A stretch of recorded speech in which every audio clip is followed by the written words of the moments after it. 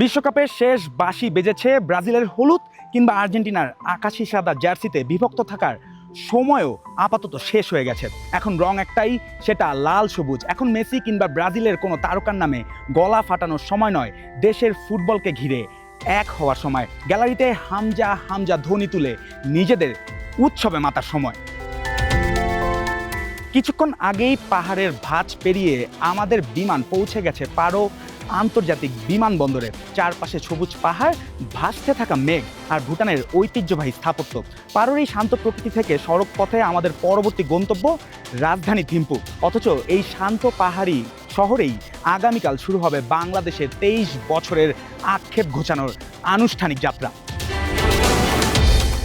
2003 সালে ঘরের মাঠে বাংলাদেশ জিতেছিল নিজেদের একমাত্র সাফ শিরোপা। এরপর বদলেছে প্রজন্ম, বদলেছে কোচ, কর্মকর্তা ও প্রতিশ্রুতি, বদলায়নি শুধু ট্রফির অপেক্ষা। এবার আবার স্বাগতিক দেশ বাংলাদেশ। তবে এই বাংলাদেশ আগের যে কোনো সময়ের চেয়ে আলাদা।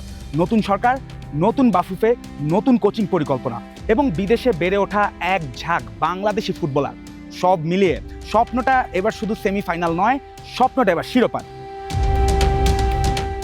এই স্বপ্নের সবচেয়ে বড় মুখ হামজা দেওয়ান চৌধুরী। তার সাথে সমিত সোম, ফাহমিদুল ইসলাম কিংবা সম্ভাব্য প্রবাসী ফুটবলাররা যোগ হলে বাংলাদেশের শক্তি ও প্রত্যাশা দুটিই বাড়বে। তবে বড় নাম কখনো একা ট্রফি জেতাতে পারে না।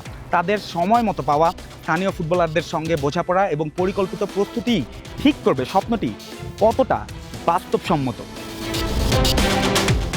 আধুনিক ফুটবলের গল্প শুধু মাঠে তৈরি হলেও সেটি কোটি মানুষের কাছে পৌঁছে যায় ক্যামেরা, পর্দা ও ডিজিটাল প্ল্যাটফর্মের মাধ্যমে। সেই বাণিজ্যিক সংযোগে এবার টাইটেল স্পন্সর হিসেবে যুক্ত হয়েছে টেকনো। তাই প্রতিযোগিতাটাই আনুষ্ঠানিক নাম টেকনো সাফ চ্যাম্পিয়নশিপ বাংলাদেশ 2026। নামের সামনে টেকনো থাকলেও এই যাত্রার আসল গল্পের কেন্দ্রে থাকবে লাল সবুজ বাংলাদেশ ফুটবল এবং কোটি সমর্থকের অপেক্ষাই সেটা। আগামীকাল থিম্পুতে সাফ কংগ্রেসের পাশাপাশি অনুষ্ঠিত হবে সাফ চ্যাম্পিয়নশিপের ড্র।